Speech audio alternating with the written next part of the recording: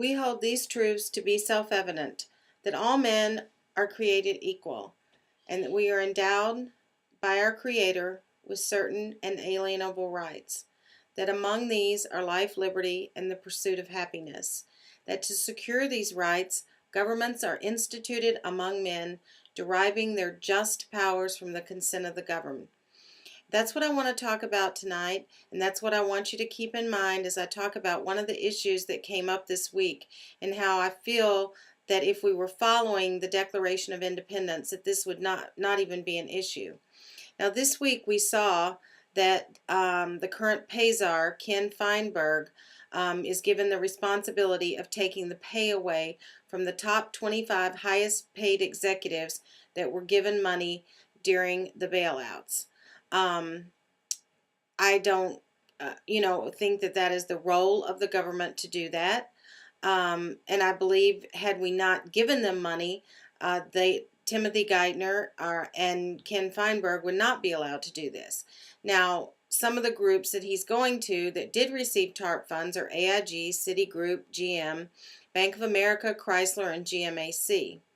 Now, I don't know how you feel about um, this in general, but this is a perfect example of what the founding fathers were referring to. It basically boils down to this: if the government can give you money, then the government can take away or control how that money is spent. Now, I heard today, but Saturday I've been watching football, that this was going to start to apply to people who did not even receive the banking money. Now, living in Michigan, when General Motors was first bought out by the government, and you and I are all shareholders in GM now, besides telling them what kind of cars they had to build, they also immediately fired Rick Wagner, who was the CEO. Now, I don't know if Rick Wagner was a good CEO or not. Many people blamed him for what was going on, what was wrong with GM. That's fine, but that's up to the executives sitting around that table, those boards of directors of GM, to have gotten rid of Rick Wagner, not the federal government. However, if we're going to bail these companies out with our tax money, I believe that it should have been negotiated up front. For instance, when I write a contract on a house for a buyer or seller, I'm writing that contract to give my buyer or seller, whichever one it's for, the most advantage.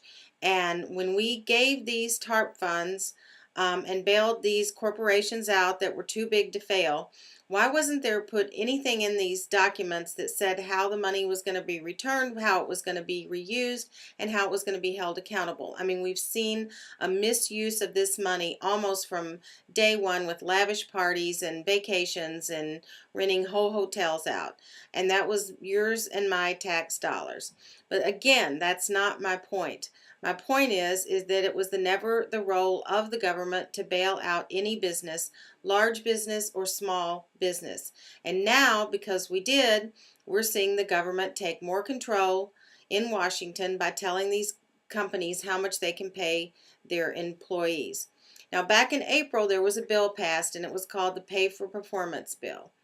And basically what that did, it was impose government controls on the pay of all employees, not just top executives, of companies that had received a capital investment from the U.S. government.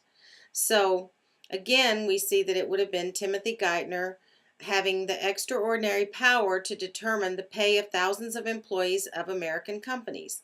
The purpose was to prohibit excessive compensation, and it, not based on performance standards.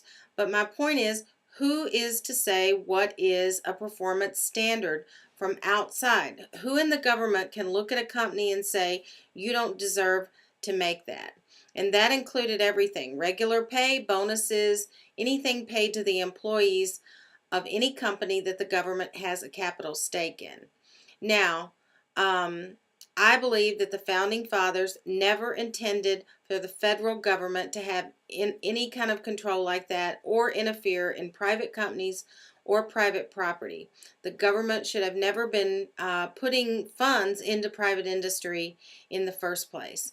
So the question to you is, setting aside how we personally feel about the excesses and the amount of money that maybe the executives were going to get, more than I'll ever see in my lifetime, is it really the role of the federal government to come in and to say to those executives, you get half, you get nothing, blah, blah, blah? Both political parties have been violating these principles of our founding fathers that were fought for years with blood and sweat and tears and their very lives. So we must return to our founding documents and the principles that made this country great. Our government is not our savior. Our rights do not come from government. Our rights come from a creator God, and that is why they are unalienable. They cannot be taken away and they cannot be given, and we have overstepped our bounds.